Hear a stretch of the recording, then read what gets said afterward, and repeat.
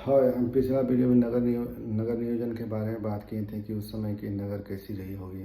उसका पिछले वीडियो में हमने स्थलों की बात की, जो प्रमुख प्रमुख स्थल थे, किस नदी के किनारे थे, उसके खोजकर्ता किसने किसने किया था, कौन कौन सा, है ना। तो उसके बारे में हमने बात किया था। फिर सिंधु घाटी सभ्यता के और पीछे चले जाए तो प्रमुख स्थलों के बारे में हमें जानकारी प्राप्त हुई है। तो टोटल 10 प्रमुख स्थलों के बारे में हमने बताए थे, जो मेन प्रमुख स्थल होते हैं। वैसे तो टोटल 1500 से ज़्यादा ही प्रमुख स्थल 1500 से ज़्यादा ही शहरी स्थल पाए गए हैं अभी तक का। सबसे पहले 30-40 पाए गए थे, लेकिन वो उससे भी ज़्यादा अभी पाए गए हैं, है ना। जैसे अफगानिस्तान वाले क्षेत्र में 2 है, अब पाकिस्तान वाले क्षेत्र में 5-6 है ना। और मेन जो है, और जैसे हमारे भारत वाले क्षेत्र में कई है, सबसे ज़्यादा गुजरात वाले क्षेत्र में। छोड़ इन सब बातों को। तो आज हम बात करेंगे नगर नियोजन के बारे में, जो हमने बात की थी। तो नगर नियोजन कैसे कैसे था कि दीवार जो जो शतरंज के आकार का मकानें बनी होती थी, उसके चारों तरफ से जो दीवारें होती थी वो ईंटे की होती थी, है ना। कच्ची ईंटें जो होती थी उसका कच्चा सड़क उड़क बनवा देते थे, और जो पक्की ईंटें होती उसके लिए अच्छे अच्छे मकान बनाए जाते थे। उसमें भी पुरोहित और श्रमिक, जो अलग अलग टाइप के, गरीब और अमीर, ऊंचला निचला, इस टाइप के दुर्ग बनाए जाते थे। वो भी आपका नगर नियोजन में मिलता है ना। ईंटा का आकार बताए थे आपको, 4/2/1, है ना, उसका अनुपात बताए थे। फिर उसमें जो जल संग्रह होते थे, जल निकलते थे, जो घर से कुआं होते थे घरों में, तो कुआं का जल निकालने के लिए क्या होता, पतली नाली बनाए जाते थे। उस पतली नाली के माध्यम से जो शहर थे, शहर के जो मेन रोड थे, रोड के जो मोटे रोड के किनारे जो नाली होते थे, पक्के नाली होते थे, अच्छे नाली होते थे, थोड़े चौड़े होते थे, अपना पतले नाली को शहर के रोड के मेन रोड के नाली से मिला जाता था, और इस नाली से पानी को सीधा बाहर ले जाता था शहर के बाहर। और बीच बीच में हौजी बनाया जाता था, ताकि जो कचरा थे उसमें फंस जाए और पानी निकल जाए, और बाद में उस कचरा को कुछ समय बाद निकाल दिया जाता था। इस तरह से फिर सामूहिक भवन, सामूहिक सभा, सामूहिक नहाने का स्नानागार, इस तरह से उस समय सामूहिक चीज़ों भी क्या जिक्र है, ये मैंने आपको डिटेल में बताया था। और नगर निगम के बारे में तो और ज़्यादा कुछ नहीं, सड़क वड़क के बारे में बता दिए थे। जो बार बार साइड रहा तो मेन सड़क होता था, मुख्य सड़क होता था। जो घर के अंदर होते थे, जो शतरंज के अंदर छोटे छोटे शहर होते थे, उनके तरफ खिड़कियाँ खोली जाती थी, है ना। और बाहर की तरफ कहीं खिड़कियाँ नहीं खोली जाती थी। पूरे जो खिड़कियाँ खोली जाती थी वो अंदर की तरफ खिड़कियाँ दरवाज़ा खोली जाते थे, ठीक है। एक धोलावीरा में शायद एक पॉइंट था कि उसमें बाहर की तरफ खिड़कियाँ खोली जाती, देख लेना ये पिछले वीडियो में। अभी हम नगर नियोजन के बाद हम जो अभी वीडियो जो हम चैप्टर पढ़ने जा रहे हैं वो क्या है, राजनीतिक व्यवस्था कैसी थी सिंधु घाटी सभ्यता का, और आर्थिक व्यवस्था कैसी थी, सामाजिक व्यवस्था कैसी थी, धार्मिक व्यवस्था कैसी थी, है ना। धार्मिक व्यवस्था से हमें संपूर्ण पता चलेगा उस समय लोग पूजा करते थे, किसके करते थे, क्या करते थे, नहीं करते थे ना। उसके बाद हमें आर्थिक व्यवस्था से ये पता चलेगा कृषि कैसा था, खान पान कैसा था, लोग का कमाई कैसी थी, है ना। आर्थिक कंडीशन में हम ये सब पता करते हैं। फिर राजनीतिक कारण हम ये पता करेंगे कि भाई वहाँ का मुखिया थे कि नहीं थे, नेता लोग थे कि नहीं थे, चुनाव होते थे कि नहीं थे, एमएलए था कि नहीं, एमपी था कि नहीं, उसमें कैसी राजनीति, राजा रहे होंगे कि प्रजा रहे होंगे, है ना। इसके बारे में हम राजनीतिक विषय में राजनीतिक टॉपिक में हमें ये सारी चीज़ें मिलेंगी हमें। और जैसे कि सामाजिक है, तो समाज में लोग कैसे रहते हैं, लोग का पहनावा कैसे, खान पान कैसे है, मनोरंजन क्या है, ये क्या है, सामाजिक चीज़ों में आते हैं। लोग जो अपने खुद से बनाते हैं समाज को, ये सामाजिक चीज़ों में आते हैं। तो अभी हम पहला टॉपिक जो पढ़ने जा रहे हैं, इस तीनों में से, चारों में से हम अभी सबसे पहले हम राजनीतिक टॉपिक में बात करेंगे कि उस समय की राजनीतिक कैसी रहेगी। तो राजनीतिक के बारे में बात करेंगे तो ज़रा आप ही सोचो, उस समय के राजनीतिक के बारे में अगर यदि हम अभी जानकारी प्राप्त करना चाहेंगे, तो क्या हमें राजनीतिक के बारे में तो हम कुछ पढ़ना होगा, पता करना होगा। भाई उस बहुत साल पहले का है, 23 ईसा पूर्व पहले का है, तो भाई हम उसको अभी हम पता कैसे करेंगे कि उस समय राजनीतिक व्यवस्था कैसी होगी, है ना। तो राजनीतिक व्यवस्था हम पता करने के लिए कुछ पढ़ना होगा। लेकिन एक बात ये और ध्यान दियो कि भाई उस समय राजनीतिक व्यवस्था थी या नहीं थी, हमें किताबों से नहीं प्राप्त हुआ है। क्यों? क्योंकि किताब थे नहीं।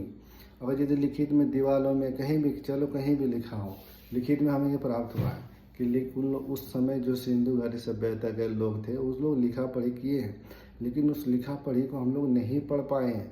अगर हम पढ़ पाते तभी तो हम पता करते कि भाई उस समय जो सिंधु घाटी सभ्यता थी कि राजनीतिक व्यवस्था थी तो कैसी थी। अभी वो कब की बात है यार, ईसा पूर्व के उस समय हम लोगों ने पढ़े नहीं, वो ख़त्म भी हो गया है। सिंधु घाटी सभ्यता पतन हो चुका है। अब उस समय के थोड़ा बहुत जो हमें लिखित में साक्ष्य मिले हैं उससे हम तो पढ़ लेते हैं, समझ लेते हैं, हम पता कर लेते कि भाई राजनीतिक व्यवस्था थी कि नहीं थी, कैसी थी, लेकिन अभी तक उसको पढ़े नहीं पाए हैं। लेकिन है ना, जैसे कि हमने आप लोगों को तीन इतिहास को पढ़ने के लिए तीन तरीके बताए थे, एक प्रागैतिहासिक काल, आदिऐतिहासिक काल और ऐतिहासिक काल। प्रागैतिहासिक काल में मैंने आप लोगों को बताया था कि इसमें कोई लिखित शास्त्र नहीं मिले, कुछ भी नहीं मिला है, ठीक है, सिर्फ पुरातत्व के माध्यम से। और दूसरी बात क्या होता है, आदि ऐतिहासिक काल। आदि ऐतिहासिक काल में मैंने आप लोगों को ये बताया था कि भाई इसमें लिखा हुआ साक्ष्य मिले हैं, आदि ऐतिहासिक काल में लिखा हुआ मिला है, लेकिन हम उसको पढ़ नहीं पाए, इसलिए तो हम उसको आधा बोलते हैं। आदि ऐतिहासिक क्यों बोलते हैं, सर लिखा भी है लेकिन उसको पढ़ नहीं पाए, इसलिए वो आदि ऐतिहासिक काल है। सिंधु उस समय जो आदि ऐतिहासिक काल के अंदर जो आता है वो सिंधु घाटी सभ्यता आता है, हड़प्पा सभ्यता, मोहनजोदड़ो, सारी ये सिंधु घाटी सभ्यता जो है हमारा आदि ऐतिहासिक काल के अंदर आता है। और ऐतिहासिक काल के अंदर क्या है, वैदिक सभ्यता आता है, वैदिक काल आता है। और प्राग ऐतिहासिक काल संपूर्ण पाषाण काल आते हैं। पाषाण कालों से, पत्थरों से हमें पता चला है, जैसे जो कुछ भी पाषाण काल के बारे में जो चर्चा हुई है ना। अभी हम बात करें कि सिंधु घाटी सभ्यता में राजनीतिक, तो राजनीतिक हमें तो मैं अभी बताया कि उसमें कुछ लिखित हमें साक्ष्य मिला है, लेकिन हम उसको पढ़ नहीं पाए भैया। तो हम उसको कैसे पता करेंगे कि वहाँ का राजनीतिक कैसा था। तो जो लोगों ने, खोजकर्ताओं ने जब से खोजबीन चालू किया है सिंधु घाटी सभ्यता को, जो कुछ भी थोड़ा बहुत साक्ष्य मिले हैं, जो कुछ भी उससे पता लगा है, पत्थरों से, ईंटों से, घरों से, मकानों से, खोज के खुदाई मूर्तियों से, है ना, उससे पता लगा है कि सिंधु घाटी सभ्यता की राजनीतिक सभ्यता कैसी होगी। सोचो ये लोगों ने कैसे वहाँ का बताया, ये लोगों ने सिर्फ एक अनुमान लगाया, पुरातत्व के माध्यम से इन सभी खोजकर्ताओं ने अनुमान लगा के हमें बताया कि राजनीतिक व्यवस्था सिंधु घाटी में थी तो ऐसी थी। उस अनुमान से हम जान रहे, एक्चुअली में पढ़ा लिखा किताबों में कहीं नहीं मिला है। लिखा भी होगा तो किसी को पढ़ में नहीं आया कि उस समय कैसे पढ़िए, कैसे पढ़ेंगे, उस समय का लिपि को अभी तक किसी ने नहीं पढ़ पाया। तो हम राजनीतिक व्यवस्था के बारे में आपको समझा रहा हूँ कि भाई राजनीतिक जो व्यवस्था थी कैसी थी, अनुमान कैसे लगाए लोगों ने। तो अनुमान राजनीतिक व्यवस्था के उन लोगों ने लगाया कि जब खुदाई उदाई करता रहा तो उन लोगों को कुछ मूर्तियाँ मिली। तो जो एक मूर्ति मिली, वो जो एक मूर्ति मिली थी वो पुरोहित की मूर्ति पाई गई है, ठीक है। एक दो मिली होगी तो सबसे टॉप में, तो उससे ये लोग अनुमान लाए कि ये पुरोहित की ही मूर्ति। और भाई जो फेमस लोग रहेंगे उसी को तो मूर्ति बनाएंगे, जो अच्छे लोग रहेंगे उसी को तो मूर्ति बनाएंगे, है ना। हमारे तुम्हारे कौन बनाएंगे, है ना, कुछ तो उसमें गुण रहा होगा। अभी सुभाष चंद्र बोस का मूर्ति बना, महात्मा गांधी का मूर्ति बना, वो लोग कुछ थे तभी तो मूर्ति बनाए। कल के आदमी ये भी ढक जाए तो किसी को मूर्ति मिले तो बोला हाँ ये आदमी तो था भाई, ये जरूर कुछ रहा होगा, है ना। तो उससे अनुमान लगेगा हमारा अगले वाला पीढ़ी जो है ना। उसी तरह से जो उस समय का था, एक पुरोहित की मूर्ति पाई गई है, उस मूर्ति से ये अनुमान लगाया गया कि ये पुरोहित ही उस समय का मालिक रहा होगा, ये पूरा सिंधु घाटी सभ्यता को चलाता होगा। देख रेख इसी के हाथ में रहा होगा, टॉप में रहा होगा, भाई बड़ा आदमी होगा, है ना। तो पुरोहित के माध्यम से पता चला कि उस समय पुरोहित रहा होगा। और दूसरी बात, व्यापारी के माध्यम से पता चला कि जो सिंधु घाटी सभ्यता था, मेसोपोटामिया शायद है ना, तरह अलग अलग मतलब सभ्यताओं से, हैं सुमेरियन से, मतलब वो लोग व्यापार करते थे, लेन देन करते थे। अगर यदि उतनी सारी सभ्यता रही होगी तो ऑटोमेटिक है कि भाई लेन देन तो कहीं ना कहीं से किया होगा, व्यापार तो करते होंगे, तभी ना उतना फेमस रहेंगे कि सिंधु घाटी सभ्यता सारी सभ्यता था, है ना। यहाँ कपास पाए जाते थे, यहाँ के कपास दूसरे देश को दिया जाता था, और दूसरे देश से हमारे देश में जो कमी थी वो व्यापार करते थे। इससे सारी सभ्यता क्या व्यापार के माध्यम में टप रहा होगा, सारी सभ्यता हो गया। और क्या टप व्यापार अच्छा से चलने लगा, तो इससे अनुमान लगाया कि लोग यहाँ पे व्यापारी वर्ग का भी वर्चस्व था, है ना, व्यापारी वर्ग में वर्चस्व था, ठीक है। और तीसरी बात हो गया आपका श्रमिक हो गया, है ना, जो काम हम करते हैं उनके माध्यम से।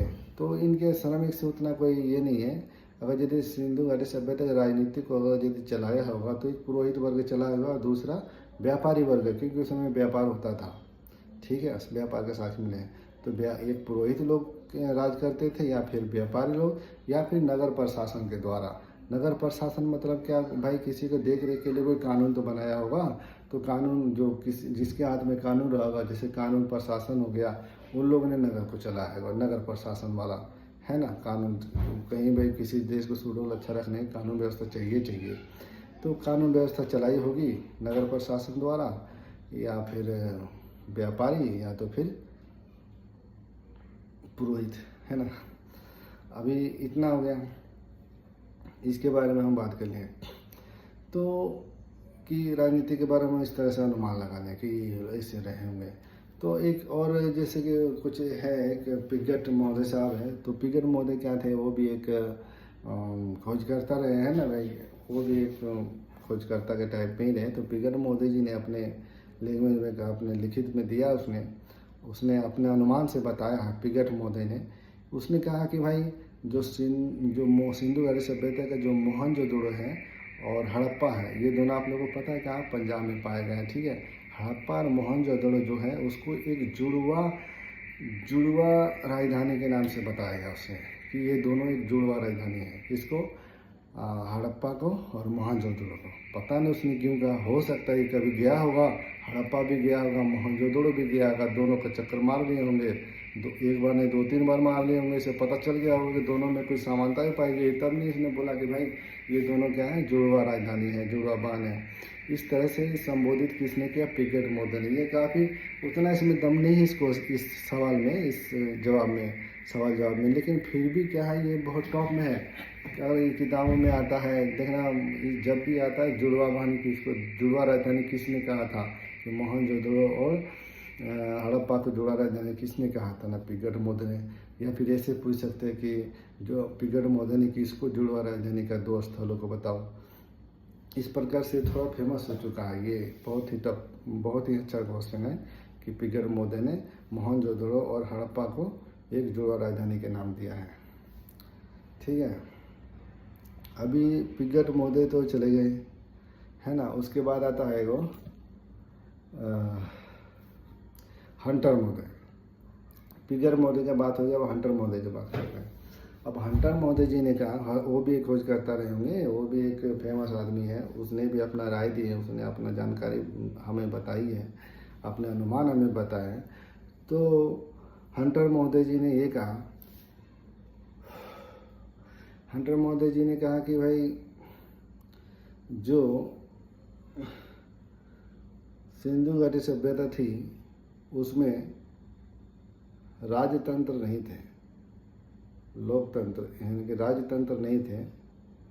जो सिंधु घाटी सभ्यता थी राजनीतिक, उसमें राजतंत्र नहीं था, उसमें जनतंत्र था। जनतंत्र और राजतंत्र में राजाओं का शासन, जनतंत्र मतलब हमारे जैसे लोगों का शासन, है ना।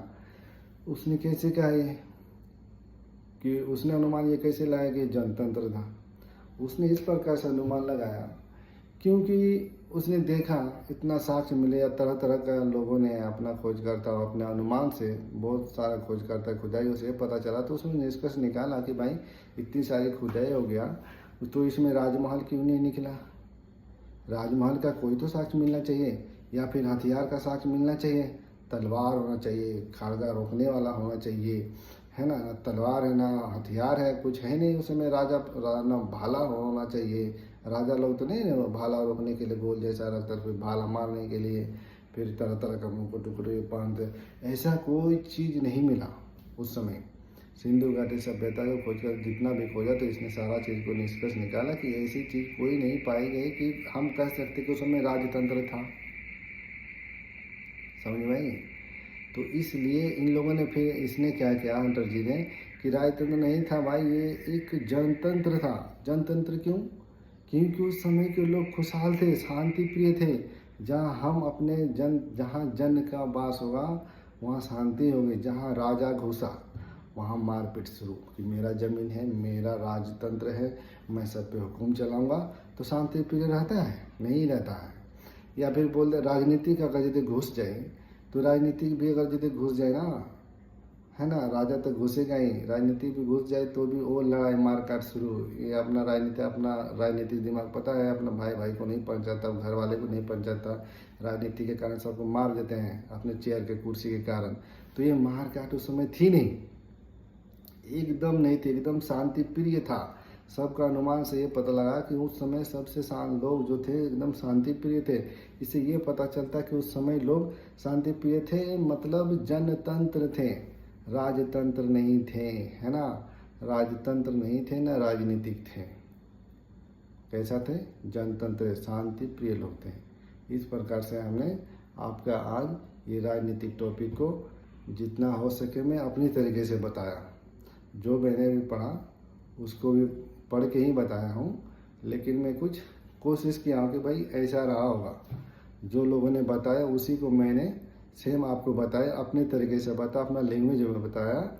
ठीक है, ये नहीं कि हम कोई VIP तरीके से बता रहे हैं। जय हिंद, बाय।